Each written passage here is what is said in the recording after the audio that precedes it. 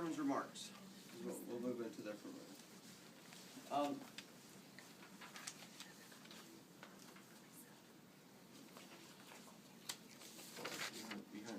Behind the pulpit. I'm glad we don't have a microphone because that sounded kind of weird on that. But let me just talk a little bit about what, as we come together right now to learn a little bit more about these folks that want to be elected to the state offices. I wanted to touch a little bit on what I see are leadership skills that we need to look for as state delegates. And as a state delegate, it is your vote that counts and puts these folks into office. So I wrote down a few attributes that I look for in a leader. The first one is a confident but humble person, a person that isn't overbearing and listens to others, a trustworthy one that if you send a text to them with a question, an honest question, you can get an answer back, and that you trust them to actually take our party into the direction where you need that you're looking for. And a person that's knowledgeable. That means that they also have that experience too. I'd like, as you're looking at these people and they're talking today, we're going to have a question and answer session at the very end. And I'd like you to ask some questions to these folks to really dig deep and find out what it is and why they do why they think what they think. A person that's relatable. I myself, I'm a truck driver. I deliver chemical out in the oil field. I hope I can relate to some folks that are in that type of profession, but also I have a background in finance. I left a whole mortgage and financial practice and moved out here to drive a truck. Can you believe that? Had to save my wife's sanity.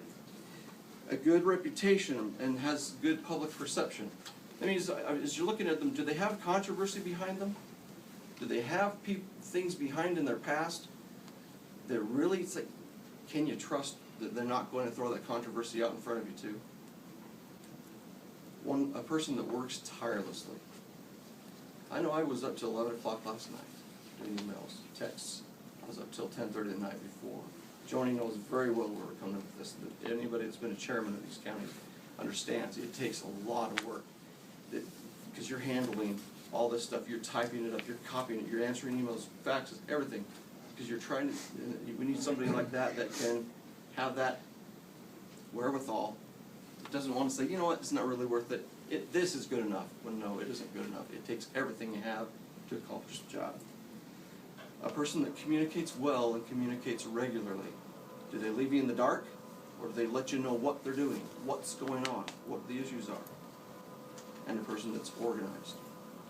When you ask them something, can they go to it? Can they go get the information you need and respond back?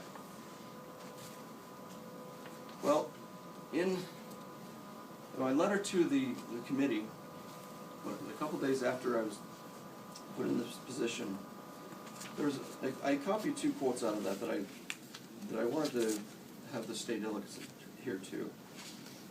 It says, I believe that the Utah Republican Party is on the right course, but that, like a ship, you need to make course corrections. And a leader is someone a good leader, is someone that doesn't just take the whole system and throw it out and try to bring in a whole new system. They try to make those course corrections. Like on an aircraft, you don't all of a sudden dive down 1,000 feet just to make a course correction. You make a sudden and gradual move over so that you don't throw everything and cause turbulence. The other quote, part of what is my goal as chairman here for Uintah County, is to reach out to those folks that consider themselves people with conservative ideals and bring them back to vote for the conservative candidates endorsed by the Republican Party. Most of you recall the fiasco with Ross Perot. Well, we're back at that point, at risk of losing many that voted Republican in the past but see the party moving in a progressive direction. Whether that is true or not, it is their perception. And when it comes to politics, perception is the reality for most of them. So when you're looking at these candidates, when they're up here speaking, think about what it is that you want, and then make sure that they are who you want.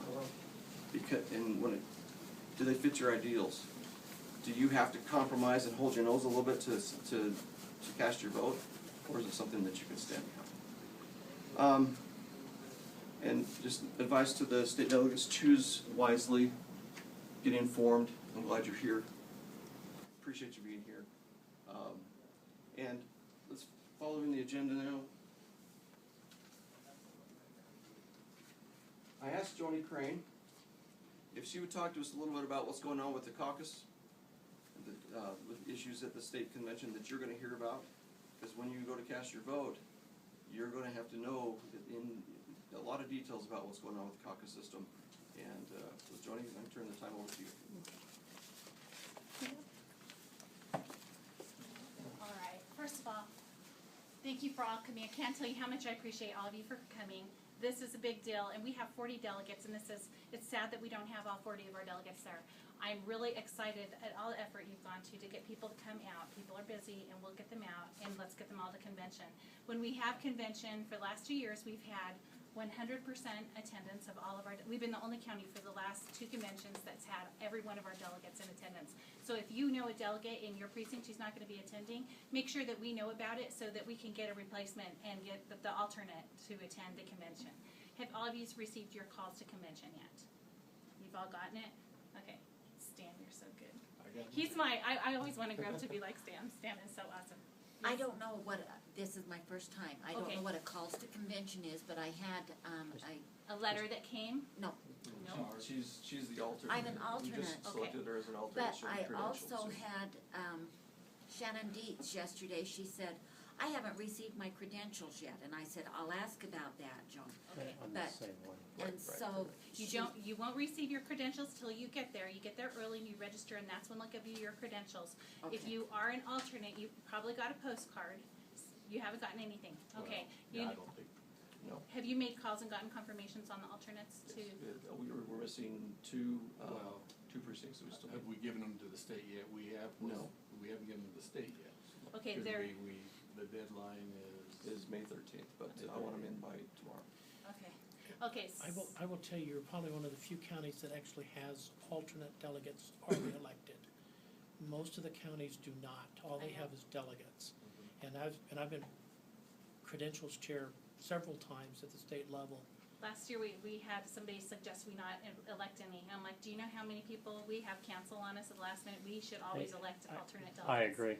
Yeah, 100%. so. There is They're a provision not coming here. Mhm. in the new website that it will actually, in the next caucuses that are held, they're actually going to be a position for alternate delegate that will actually be in there. And from the state perspective, because, you sit on the state central committee, don't you? Yeah, from the state central committee point of view, we're kind of heading down the path that all of the counties should pretty much have the same capabilities. And that we need to recognize that all counties do things a little differently and make provisions for that. Right.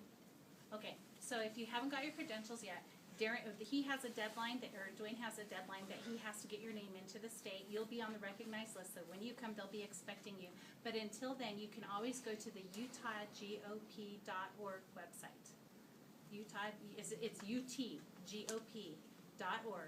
and on there it will say convention in bold letters, and it'll say delegates. And you click on there, and the call to convention that is actually mailed in the mail physically to everyone is on there, so you can download it. okay. And everything we're gonna vote for, or vote on, is gonna be on there.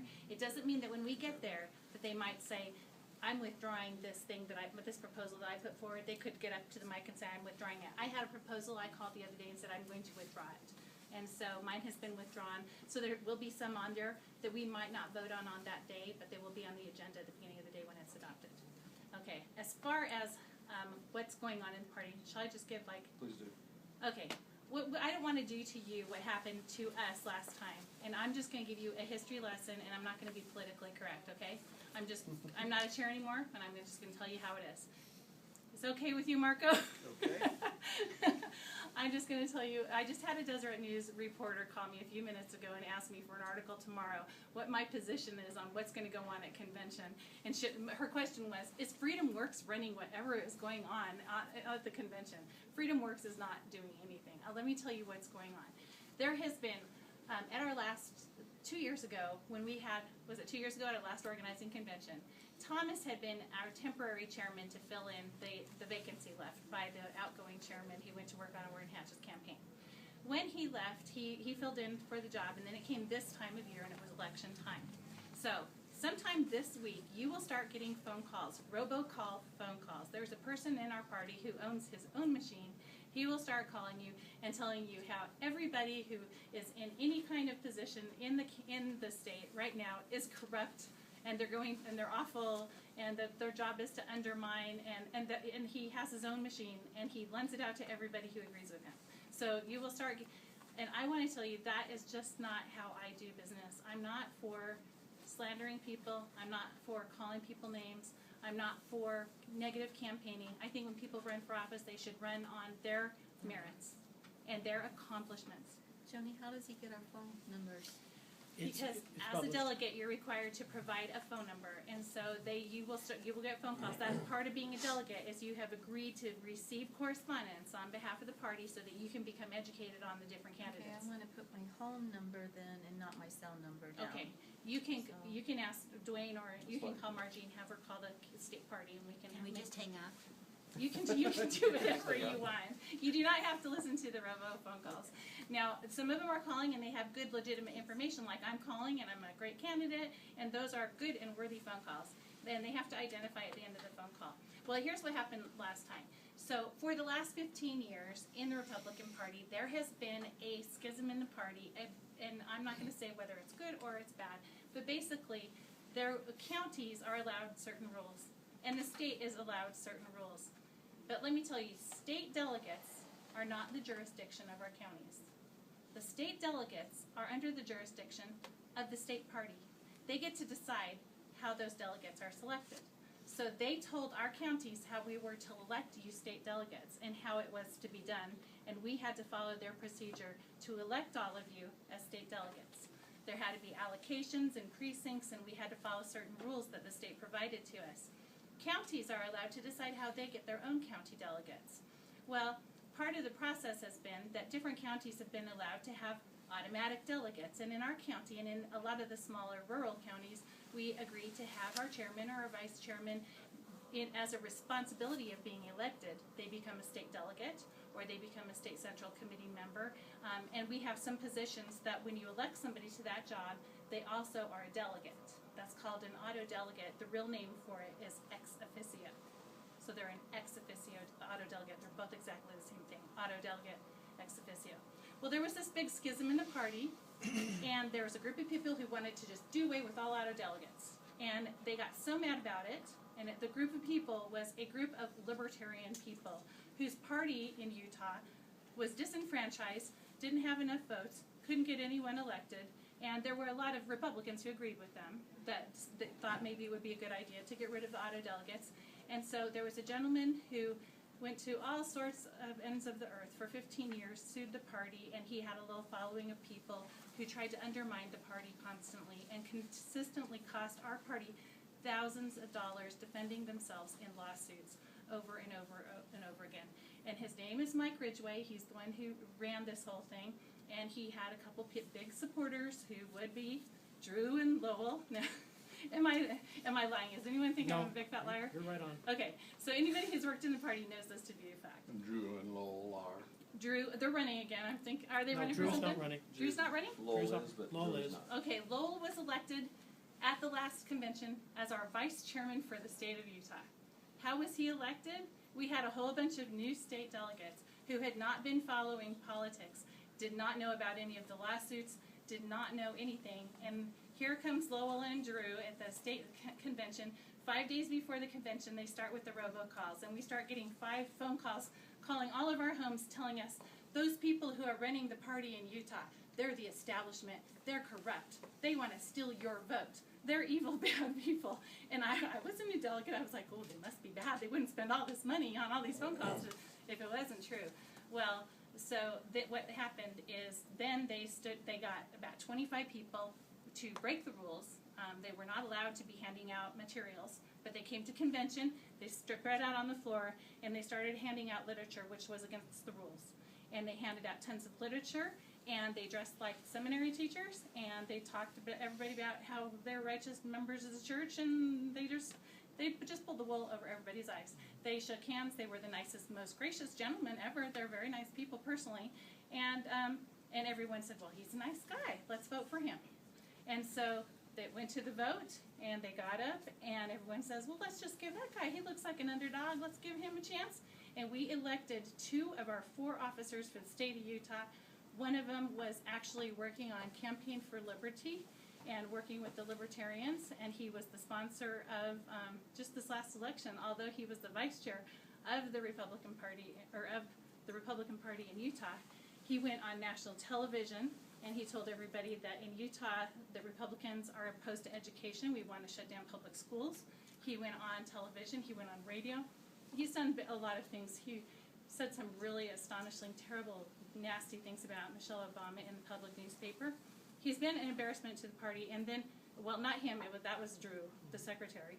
And then Lowell, who was a nicer person, but he also was the sponsor of, who's our other guy who ran?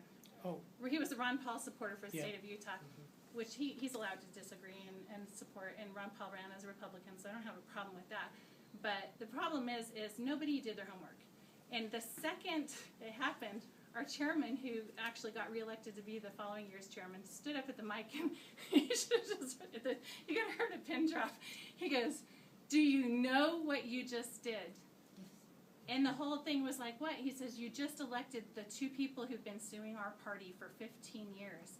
And all of the delegates turned around, and all of the Utah delegates, our county's delegates, all turned around and looked at me and looked at Stan and said, is it true? And we're like, yeah. But nobody wants to be the bad guy to tell you the truth. Nobody, it's not, if I were running for office, I wouldn't stand here and tell you the truth. I would be sugarcoating it and walking around on eggshells trying to be nice about it. But you deserve to know the truth. You're going to vote. So you need to know the history of the party. So we do have, that is a dynamic in the party. The other dynamic that we have in the party is we have, right now, the big vote that we're going to have is on, are we going to make changes to the party? Now, the lady from the Deseret News called me today. She says, is it true that FreedomWorks is pushing to have no change made to the party and that they're funneling money into the state of Utah? And she says, I heard you went on a trip. And I said, I did. I went with Marco, and I went with a bunch of other people. And I had been very critical of FreedomWorks. I did not like the way they were doing business in our state. And I was invited. They were kind enough to invite me to come out and tell them why I was unhappy with them. When I went out to speak with them, I was told by the vice president of FreedomWorks, or by the president of FreedomWorks on the last day, he said, what we usually do, and let me tell you, they are a libertarian-run organization. The majority of them are libertarian. And what they told me on the last day was, the mistake we made in Utah is we usually come into a state and we advocate for a cause that we have in common with the Republicans. Right now that's gun control and immigration. And so we've got a couple issues, that we kind of feel the same way with most of the libertarians about. And he says, we usually come into a state and we advocate for a cause and we get a huge base following of people. And then after we have this huge base following of people, then we start running against candidates who we don't like. They don't run against Democrats. They run against Republicans they don't like. Now, they might have really good reason, and they might be Democrats I don't like, or they might be Republicans I don't like either because they're acting like Democrats. But the fact is they come in and they run anti-campaigns against people instead of promoting good people. And so that was my issue with them. So I went out there. Marco stood up. He kind of said the same thing I did, that that's not how we do business in Utah. We don't like that way of doing business.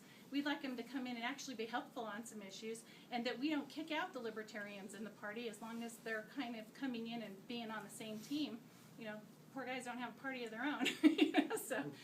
So that has been the dynamic that's been going on in the party. Nobody is anti-libertarian. Let me clarify on the camera. I'm anti-libertarian. I am not a libertarian. I am a Republican in Utah, okay?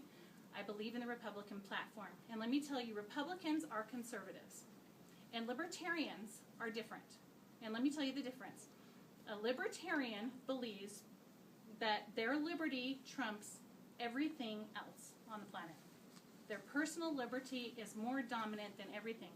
A true Republican conservative believes that we should have streetlights and lines down the road to keep the peace, and that we all give up a little bit of liberty to have some common good and live together in society. So that is the difference between the two parties. I'm definitely a conservative Republican. And I do agree with many of the issues that the Libertarian, but this isn't about me. So let me move on. So the thing we're voting on, though, is that you need to know this for what the votes are. What happened is there's a group, they have a ballot initiative. And it's Kirk Jowers, former Governor Levitt. Who else is on there, Marco? We've got Kirk Jowers, LeVar Webb. Yeah. And we have even And you Dave don't think Bob Hansen. Bennett's in there someplace. Okay, at first we demonized them, and I thought, these people are the devil, they want to destroy the Republican Party, and I really demonized them, and I was really angry at them, and I think everybody in the whole party was angry at them. But what they're proposing is to take a ballot initiative and go to, basically a petition. It would be at every 7-Eleven, and everybody in the state of Utah would get to vote. And they would get to decide if they like how Republicans are picking people to be on the ballot. Which is totally wrong and unfair, and if it were challenged in court, it's already been found in other states. Huh? Completely out of context. It's totally out of context, and it's completely been actually fought and won in other states. It's been found to be, you can't go into a private organization and tell them how they have to do everything. The problem is they have us over a barrel, because if they pursue it, and the public in general, they've done tons of surveys and ballots, and if you go ask a person who's not a Politico, would they like more people to be on the primary ballot, and would they like to have a say in who was on the primary ballot? 90% surveyed, or something like 80%. There's a huge number of the public who would sign that ballot initiative petition in 7-Eleven, and it would go to a ballot. What the ballot initiative would do would be, instead of using our convention system and letting Republicans pick who the Republican final candidates are on the ballot, it would let them circumvent our system and get enough votes on a petition to put their names on a ballot. And so all they'd have to do is campaign in the newspaper, spend a lot of money. It would be a popularity contest, and it would only be given to the Wasatch Front. There would be no need for them to ever come out to our counties ever again, find out why our counties are important, why oil is a big thing in Uintah County, why mining is important to us, what our feelings out in the rural areas, and what we contribute to the state. Like our mineral lease money going for education, things like that. They wouldn't have to learn. They'd only be as intelligent as the 12 square blocks that they represent, and they would picture the whole state of Utah as being just like that, and they'd represent us that way. And so if we let them have the ballot initiative, it's going to bypass us. So they came up and they said, look at party. Thomas went and met with them, and some of our leaders went and met with them. He says, what can we do? Why is it you want to do this? And they said, well, we don't think there's enough people who are make it to the primary ballot. We don't think there's enough choices for Republicans. That's why we think Republican turnout is low. That they're not enthused because there's not enough choices, and they don't feel like they're making choices on the ballot when they go vote. And they don't feel that we make caucus night accessible to as many people as we could. And we don't have any alternate. You can't have a proxy. You can't run for office. You can't have a absentee ballot to vote. There's so many things you can't do with caucus night. And in big counties, ours here, we have very manageable caucus nights out in the rural areas. But on the Wasatch Front, some of them are a nightmare, and they go forever, and they're huge, and they're hot, and they're too big for their facilities, and they go for hours. So what they're proposing is, so we had a state central committee meeting, and we had the 180 members of the state central committee, as many as we could get, got together a couple months ago, and we had a 5.5-hour meeting. And we did vote after vote after vote after vote, and they weren't binding votes. It was, let's get the opinion of the state central committee. How far toward the demands, and it felt like a list of demands. It felt like we were getting a ransom note from somebody who was hanging this over our head and asking us to meet their demands. And it was basically, they wanted us to have a 70% threshold. In our state, we used to have a 70% threshold. And it was fine. And they want, and do you all know what the threshold means?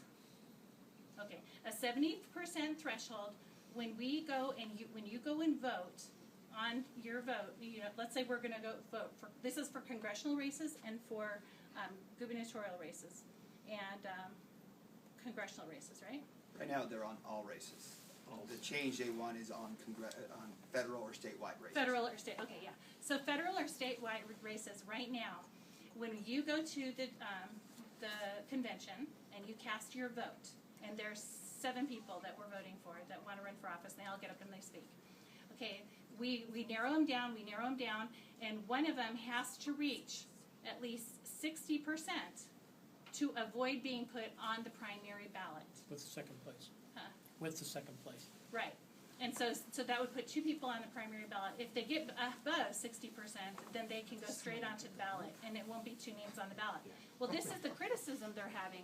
They're saying 60% is a low number to have to achieve. Because basically, if you're a campaign manager, right, and you're running a campaign for somebody, your candidate only has to get 40% of the people in the room to support him, right, in order to get on the primary ballot, right? You only have to win 40% of those 40% delegates. plus 1. 40% plus 1 vote.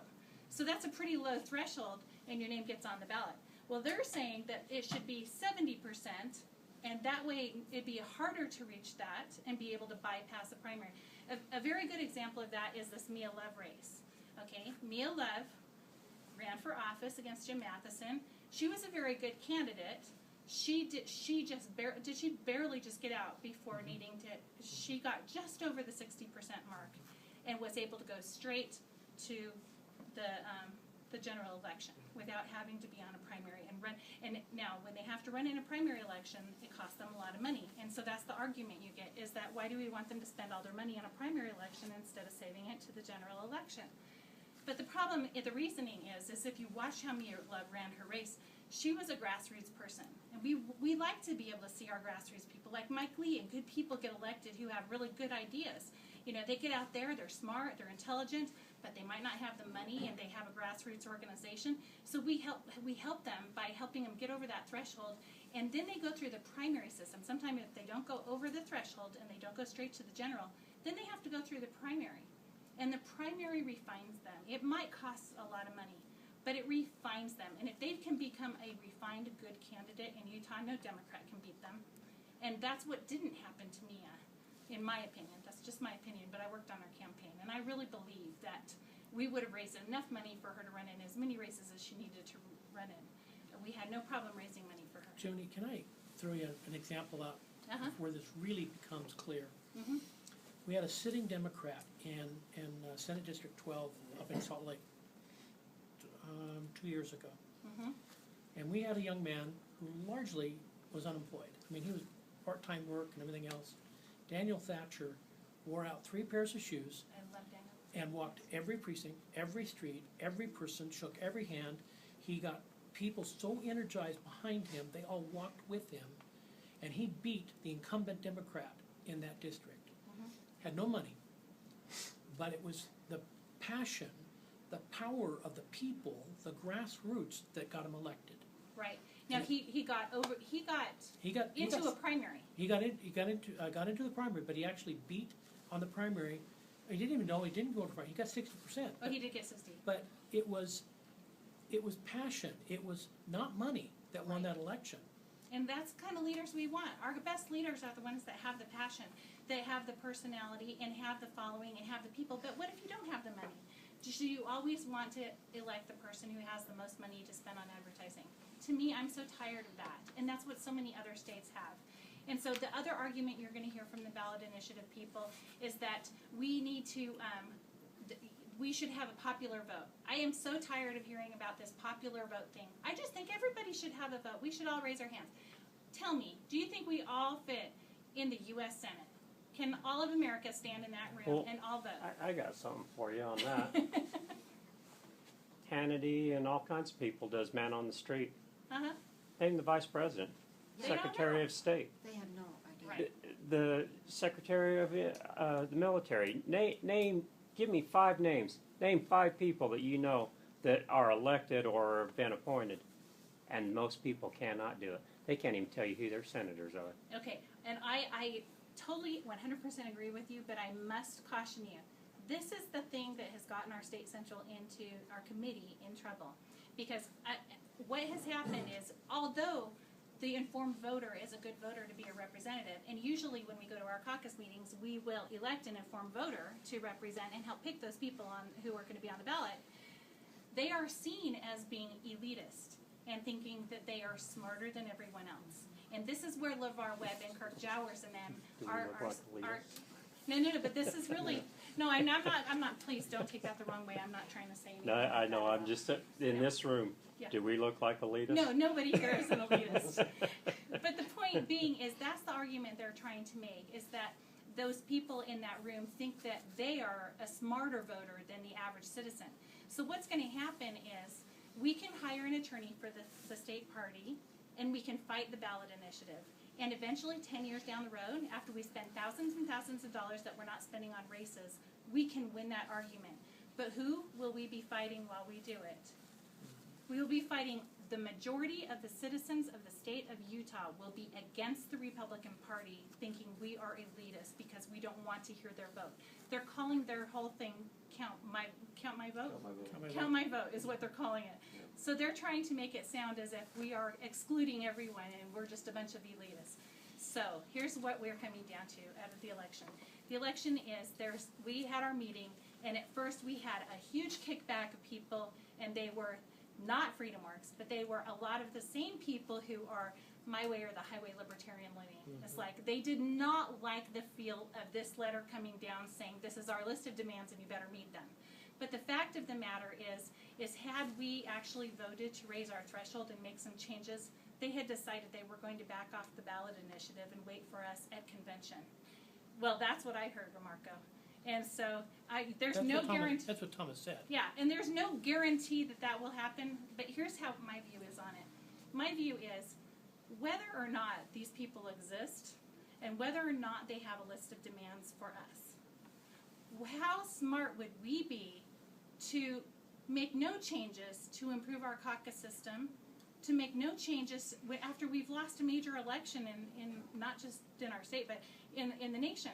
We're very stupid to not be introspective, and it's irresponsible for us as a party to not look into ourselves and say, why is it we're not winning elections? So if they don't exist at all, let's just say these ballot initiatives are not even on the planet, right? Okay, I'll just tell you what my dream is. My dream is to wake up on the morning of caucus meeting, and I get choked up, but this is so stupid, and I hate that I like politics as much.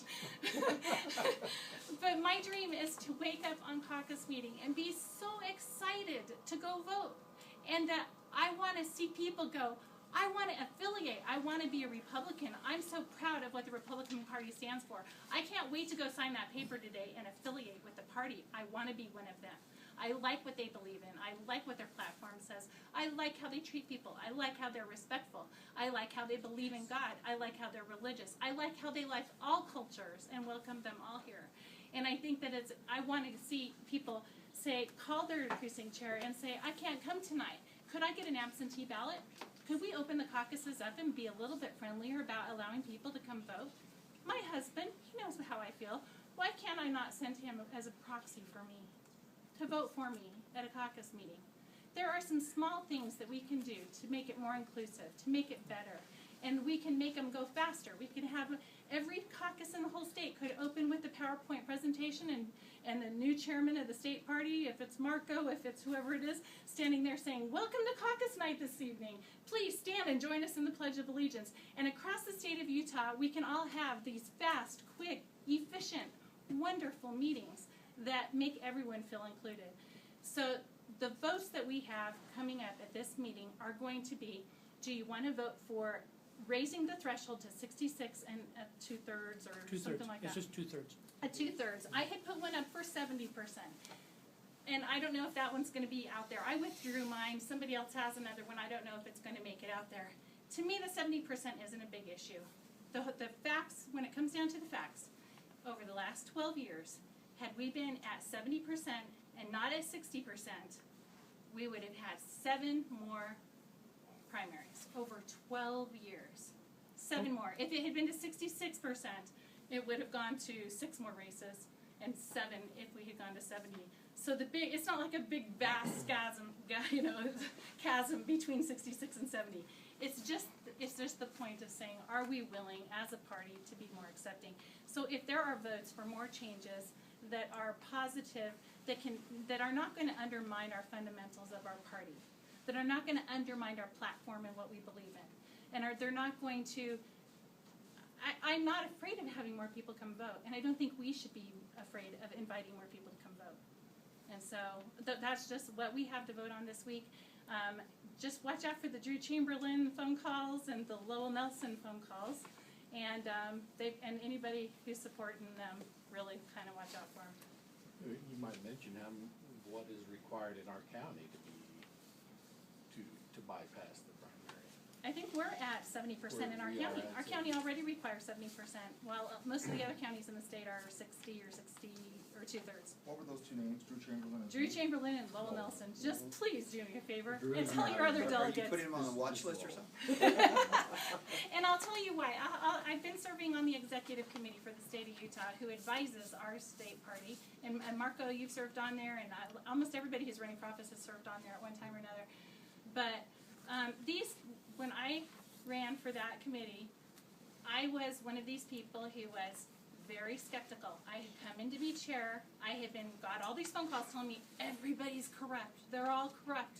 So I ran for the committee that was the most corrupt because I wanted to be the person to tell on them. I wanted to be there and see what they were up to. And what I found is that we have a lot of super good quality people who are giving endless hours of work to this party. And I admire all of them.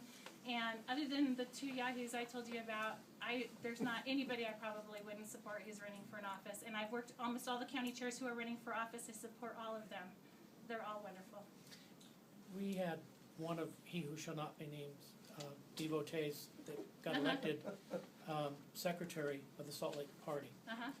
And one of our first meetings, this was with Thomas Marco, and at the first meeting, okay, we have our discussion at the officers' meeting, and he said, and kind of at the end, it felt a little uncomfortable. So, okay, now when do we do all the shenanigans? When do we start doing all this evil plotting? And it took him about 6 months. We found out we don't have time to do that. No, we're working too hard. And he now is one of my best friends. And he has figured out that the people that are running are good, honest people in general. They work hard for the party, and they do it selflessly. None of us get paid. Well, Stan and Rick and Marco, you guys have all served on different committees on the state party. Do any of you think I'm a big fat liar? No. Do you think that was pretty fair? I've never seen a assessment of what's woman that gonna- had the courage that you have to say what you just Okay, said. and it's on film too. All right, you guys, you're on Oh, your we're gonna own. put it on Facebook, right? It just may. Yeah. All right. You know, if it wasn't for the caucuses, I wouldn't be here.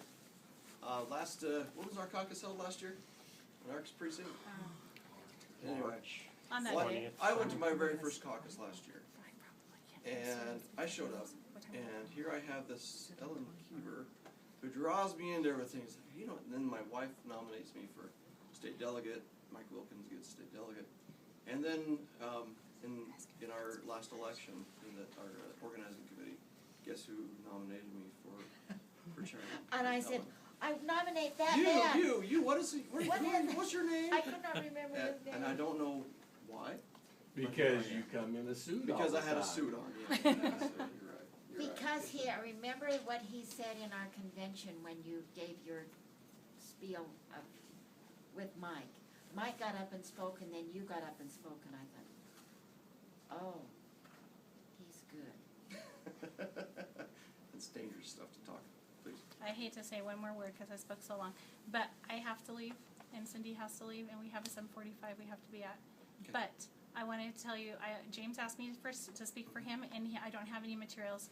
I am only I didn't know Marco was running. I would have endorsed you if I'd known before. I endorsed Marco and James. Either one of them are a wonderful choice. I have told everyone I won't endorse anyone for vice chair because most of them are chairmen, and I've worked with them all. And so, anyway, what I wanted to say is James is going to be on KVEL tomorrow at 8:40 in the morning, and then Willie Billings, who's running for vice chair, will be on at 8:50. So if we could get maybe, I don't know if you have emails for everybody, but if you could get the word out to the delegates, and they'll do an interview with those two so that after you hear these guys tonight, you can also hear So those Julie, two. what time do you have to leave? I have to leave now. Oh, now? Okay. Yeah. Yep. You rock, Marco. I love you. I love you too. You're all good guys. All right, We well, can't go wrong with anybody in this room. We'll proceed on with the candidates' remarks. And this is how it's listed right off the Utah GOP website. We're gonna follow that same order. So I think those of you that are running are probably familiar with that.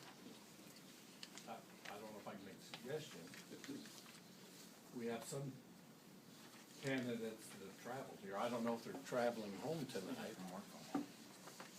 We are Yeah. traveling home tonight. I have Yeah, 3 kids. it's not that far. It's only 2.5 hours. No, it's 2.5 hours this way, it's 5 hours back. That's right. You know what, I'll take Stan's suggestion, if we, so we've got, 2 of you that have traveled.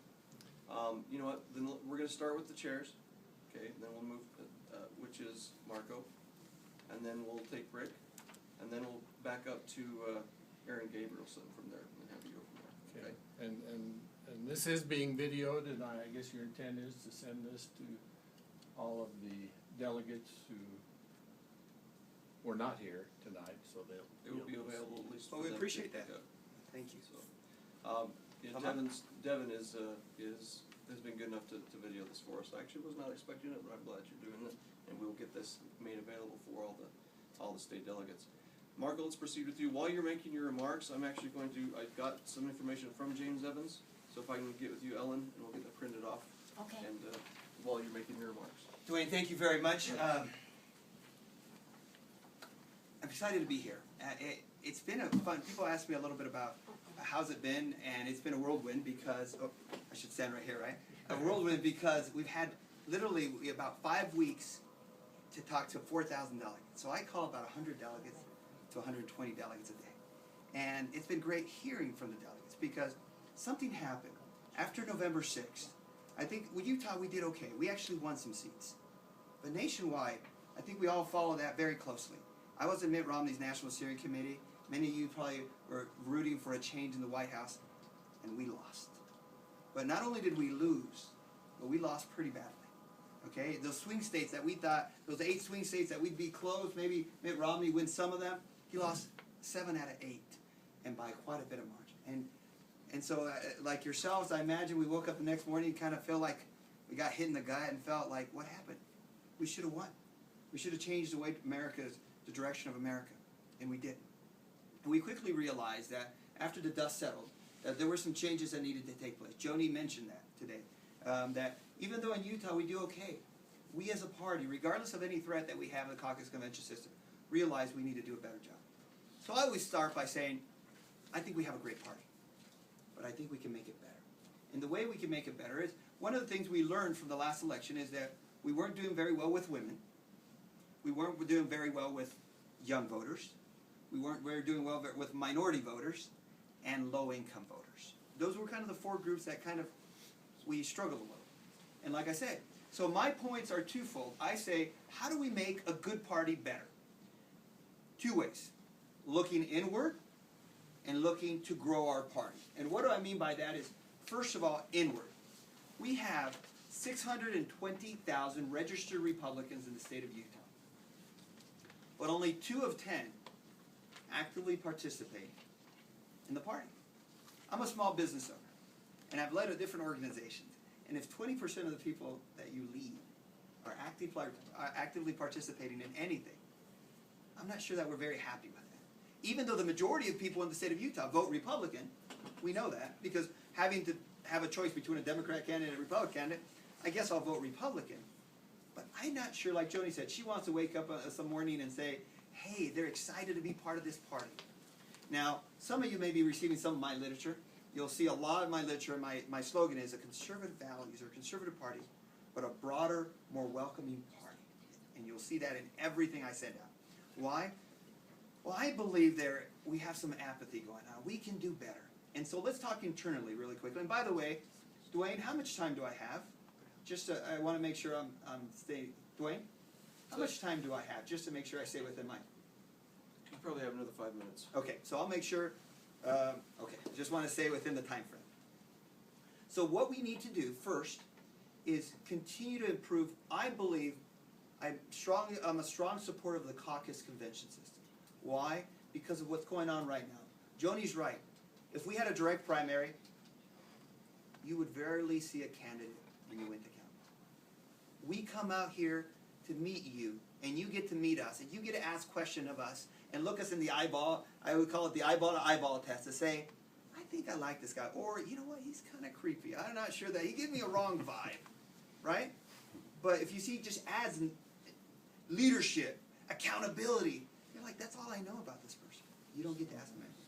So I believe our caucus system, it is, I always say it's not by accident that we have the best managed state in the nation, 3 years running. We have a good system.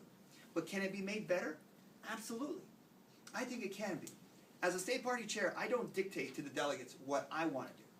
But as a leader, I can set guiding principles. And these are my guiding principles. Number one, as Joni mentioned, more efficient and more organized caucuses. In Salt Lake, we had, and in Uintah County and along the Wasatch, we had some caucuses that lasted 5, 6, up to 7 hours. They were there well past midnight. We had a great problem. We had more attendees than we ever thought. But we go through all this process that we have to go through, and when you have all these overwhelming numbers, it can be overbearing. There was a lot of first-time attendees, and they thought, whoa, is this what a caucus is about? I'm sorry, I'm not attending that anymore, right?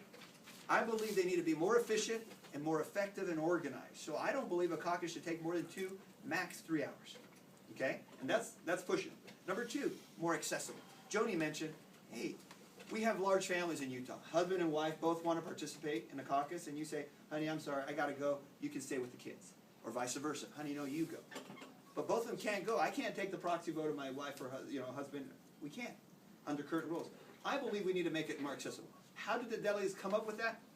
I have my ideas, but again, I give them my principles. It has to be more accessible. And number 3, has to be more welcoming. And I'm not talking about Walmart welcoming. Hey, how you doing? That is important too. But it's letting people know that this is open to everyone. Anyone can participate. But those of us, and those of your friends who are not involved in politics, may not even know what a caucus is. Even though they may hear it over the pulpit 3 weeks beforehand, say, attend your caucus meeting. Don't forget to attend your caucus meeting. Make sure you attend. And you're like, I don't even know what that is. So we need to educate and make them understand that they are welcome in our caucus system. And we need to involve them. Okay? So that's number 1. I believe that we need to help more of those 620,000 Republicans get more engaged and more involved and truly feel that this is their party. Number 2, we also need to go above and beyond that. I believe the way we're different than Mike, look, James Evans and Aaron Gabrielson are good men, good friends, good leaders. I believe that we all agree that our caucus system needs to be defended and improved upon. Where we do differ a little bit is their focus has been primary, this part of it. I believe that if the next chair just focused on defending and improving our caucus system, that's a great thing. But I think we can do even more. I think that's part of a 2-piece equation. The second part of that is growing our party. We have 1.3 million registered voters in the state of Utah, and only 620,000 of them are registered Republicans. This is Utah, arguably one of the reddest states in the nation, and less than half of our registered voters are Republican. The question is, why? Three last things. I say we need to do things differently. Number 1, we need to define who we are. No more do we allow the Democrats to determine who we are. This is what I'm talking about. The Democrats said, oh, this is a white, elite, rich party. Well, as it said before, is it, are we elite? No. We are a party of conservative values, conservative principles. That's what we're about. So not only do we need to define who we are, but we need to help people understand how these conservative values and principles relate to me as an individual. How it will help me in my life as you and I are sitting across the table, writing our checks and balancing our budget every month, how these conservative principles will help them in their lives. So we need to help those non-Republicans understand the importance of our principles and our values, who we are. Number 2, we need to change our tone. What I mean by that is, if you and I agree 8 out of 10 times, but we disagree on one issue, all of a sudden, you're a rhino. You're an extremist. You're a right-wing extremist. We define ourselves by our differences instead of saying, hey, we agree on 80% of things. Ronald Reagan had it right. He said, if you agree 8 out of 10 times with me, you are my 80% friend and ally, not my 20% enemy.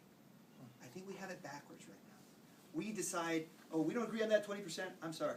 You're not good enough for our party. You're not conservative enough. Really? Instead of saying, like he did, we are a part of a big tent. He won, in his re-election campaign, 49 out of 50 states. And he would have won Minnesota. He lost that by 0.02 of 1%. Now why? Because that was the home state of Walter Mondale, okay? or else he would have won 50 out of 50 states. He convinced almost all Republicans to vote for him, most independents, and he even coined a new phrase after he got reelected called Reagan Democrats. He convinced even Democrats to vote for him. Why? Because he was kind, he was charismatic, he was positive. He told you what he stood for. He found common ground and said, we're part of a Big Ten. And even when you disagreed with Reagan, because a lot of Democrats did, they say, I disagree with that Mr. Reagan, but I sure like him, and I'm going to vote for him. So number 2, we need to change our tone.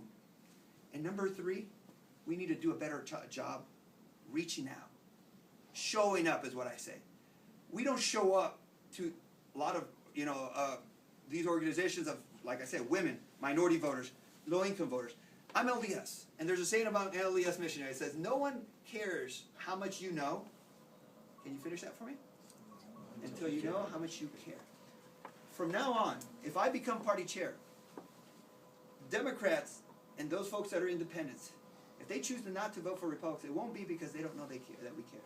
Since when can we no longer talk about poverty issues? I know no other remedy for poverty than education and hard work. But yet, we somehow have given the corner of talking about poverty issues to the Democrats. Really? I think the only way that someone will get out of poverty is not through government dependency, but through reliance on hard work and self-sufficiency and education. But yet we don't talk about that. We don't talk about issues of, talk about education. Somehow the UEA and the Democrats have cornered education. Really? That is the only equalizer in my mind when it comes to poverty. So we need to reach out, and we need to show them that we do care. And so my platform is, and you'll see my slogan, and everything I say, conservative values, or conservative party, a more welcoming, a broader, more welcoming party. So in conclusion, the reason why I'm running is because, like I said at the beginning, I think we have a great party. I love a party. Let me tell you briefly about myself. I'm an immigrant to this country. I was born in Peru. And I came to this country, well, my parents came to the country when I was a year old. And I was raised in the U.S. Air Force. So I was an Air Force brat, all growing up. And through that experience, I learned to love country. My love for country, and I joined the Air Force as well. And I've been a naturalized citizen for 30-somewhat years now. From the age of 10, I'm 44, almost 44. 34 years. I've been a citizen or a resident of this state, great state, since I was 16. And I love Utah. So I believe in the values of the Republican Party. I believe we have a great party. I believe we have a great system.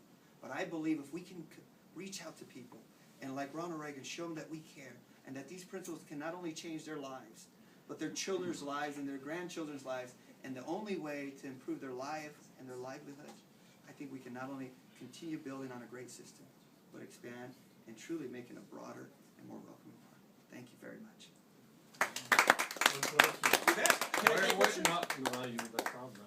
For questions. I just wondered where you were going to take your family to eat after. Oh, we're not sure yet. I'm sure. The Golden Corral is a good recommendation, but they told me, yeah, there's some points. And that may be, there's a delegate. But thank you for that T-ball. Should have knocked that one out of the park. Huh?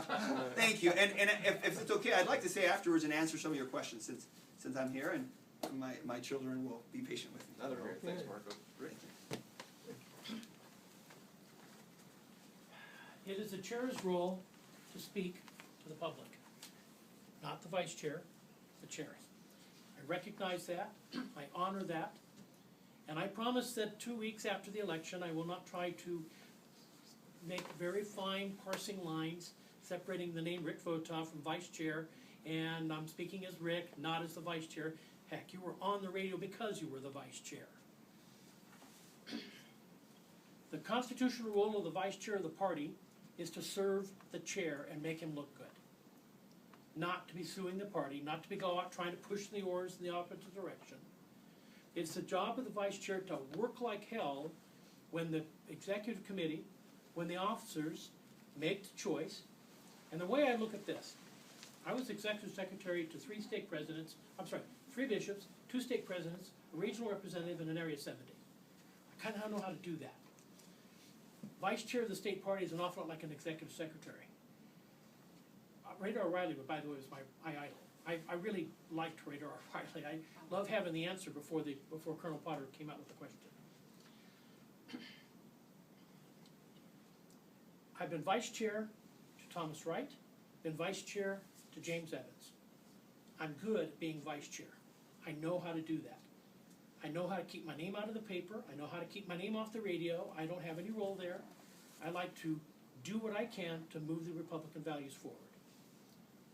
I will not, and so in the meetings of the officers, you argue the point. When you're in the meeting of the executive committee, you argue the point, as I did as an executive secretary. And when the decision is made, you raise your arm to the square and get solely behind the chair of the party and move like you never had any other idea but that. You must have unity at the top of the party if we're going to have unity anywhere else. This party has been fragmented the last 2 years, and it's only because of the strength of Thomas Wright pushing things along that the party's still been going forward in spite of the efforts of two people. Know that I want to serve you, I want to serve the chair, and more than anything else, I want to advance the ideals and the beliefs of the Republican Party. I moved here from Southern California 18 years ago. I own an aerospace company down there. We produced the solid rocket motors for the space shuttle for Thiokol. We did.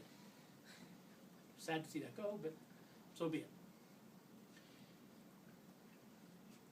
I've served in the military for 6 years on 141s, flying throughout the world. I've been to more countries than almost any of you probably have. I've been to 82 different countries in my life. I know what poverty is. I know what lack of freedom is. I know how fragile the freedom in this country is. This last first week of April, my wife and I just jetted off and we went to New York for a week. We took the Patriots tour down through the Wall Street area down there. It's a walking tour. It's about a 1.5 mile walk, about 3 hours. We owe a debt of gratitude to our first president. That man, more than anybody else in this country, helped us define what humble leadership is in this country. We have moved off the mark. He said, my second term, he says, I'm done. Thank you, I'm going back home. We had to go many presidents after that to finally have to go put a constitutional amendment in to limit that to 2 terms. To the extent that we understand the danger that lack of unity, lack of understanding of what we're moving for, where we're trying to go, to the extent that we don't recognize that, the more that we will be just brought in, and we will be buffaloed by those that will throw out everybody there is corrupt. If you knew what was going on, you'd say, sorry, I know them better than that. I've been retired since I was 55. I know I look like I'm retiring at a negative time here, but I'm actually 64. I've got all the time in the world to do what I want. In fact, for the last 4 years, I've been serving essentially full-time a family search mission for up in Salt Lake. I work at the downtown at the Joseph Smith Pavilion 3 days a week, and I work at home the other 4 days a week. I supervise around 1,300 missionaries worldwide, supporting family search. For those of you that don't understand, 80% of our patrons are not LDS.